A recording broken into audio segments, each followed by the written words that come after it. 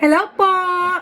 Ayan, tayo pong mga Pinoy, kapag po magbabalat ng pinya, dinedesignan pa po natin yung pagganyan po, pagganyan, kumisan po kasi, yung iba naman po, gustong-gusto nang makain ng mabilisan or ng mas madali po yung pinya, lalo po sa mga may gusto ng dessert na fruits po. Ayan, eto po yung style ko, kung paano po mas mabilis balatan po yung pineapple or pinya po sa atin sa Pilipinas.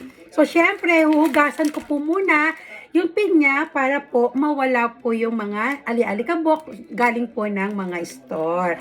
Ayan. So, syempre, ikakat ko po dito kasi sa atin po, hindi po kasi tinatanggal muna yung pinakahawakan dahil nga po dinidesenyuhan. So, for this time, ituturo ko po sa inyo yung way ng aking mabilis po na pagbabalat po ng pineapple. Ayan. So, ikakat ko lang po yan dito sa unahan. Ayan po. Ayan. And then, syempre, set aside na po natin or itatapon na po kasi natin yan. And syempre, mabilisan nga po. Kailangan tanggalin na rin po yung ating sa ilalim. Ayan po. Ay, grabe. Gold na gold po yung kulay. Oh, ayan. So, syempre, kailangan na po. Ayan.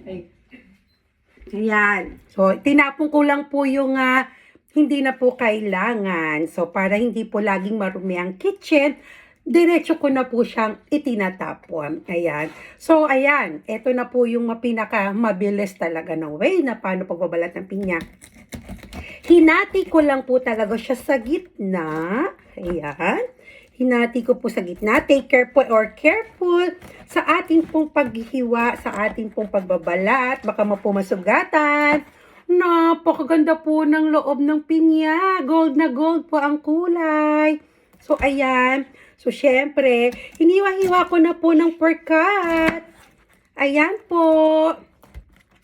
Like melon. So, may idea na po ba kayo kung ano po yung paano way ng aking easy na pagbabalat po ng pineapple? Ayan. So, syempre, meron na syempre dahil ang style ko po ay parang ginawa kong style melon. Ayan po. So, paano ko po siya tatanggalin ng balat? Tapusin ko muna po yung pagkakat na parang melon style. Ayan po. Ayan. Tapos na po, di po ba? So, paano po yung balat? O, syempre, ganito po yung balat. Para mas mabilis, hindi na po disenyo. Wala na po design. At ang pinaka-importante po dyan na tip, wala pong masasayang gaano na po pwede pa pong kainin na parts. Kasi once na nagbabalat po tayo, dinidisenyohan pa yung parang mata lang yung tinatanggal, may napapasama po na goods na pineapple doon. Sayang po yung part na yon. So, ang aking way lang po ay ganito. Tatanggalin lang po yung portion ng ating balat.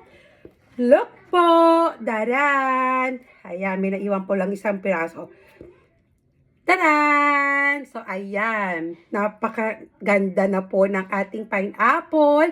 Wala po kayo makikitang mata na naiwan. O, isa pa po, Ayan. Sobrang sweet po nito. Gold na gold po yung kulay. Ayan po, hihiwain nyo lang po sa ilalim. Oh, ayan po. Oh, ganun po kadali. Pero careful po, yung kamay mahiwa po. Oh, ayan po, Oh, ayan. So, wala na po. Wala nang matang naiwan. So, napakaganda pa po. And wala pong nasayang dahil yung mata po, hindi na po yan dinisenyuhan. Marami pong masasayang kung dinidesenyuhan. And kung nagmamadali po tayong balata. So, ayan po. So, hope na nakuha nyo po yung pinaka-easy way ng pagbabalat po ng pineapple or wala pong ganong masasayang. Thank you po!